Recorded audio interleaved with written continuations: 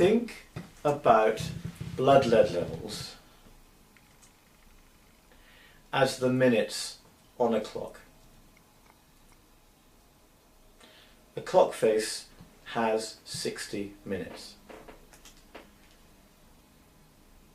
The suspension level for lead exposure under the lead regs is 60 micrograms per deciliter.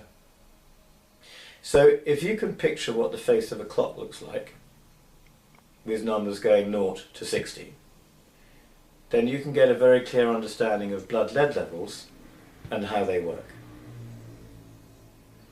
So at 60 is suspension level, 50, so that's 10 o'clock on the clock face, is the action level, so is the point at which you should be starting to find out urgently where this lead exposure is coming from.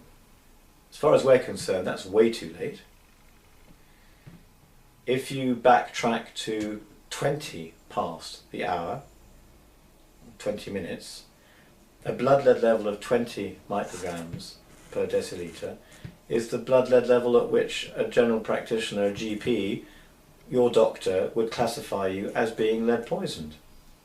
The level of concern for the population as a whole is 10. The reference level for children in other countries, not in the UK, is 5. And the level that we guide and advise people to observe is 2, because we know that health effects are occurring even at the level of 2 micrograms per deciliter.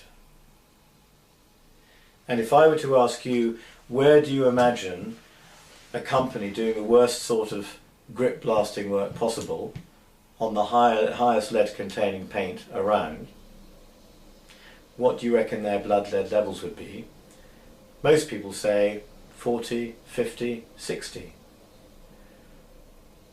Well, we know from working with one such company, and there is only one who does this as well, that on average the blood lead levels of their operatives, and this is a business run by a woman,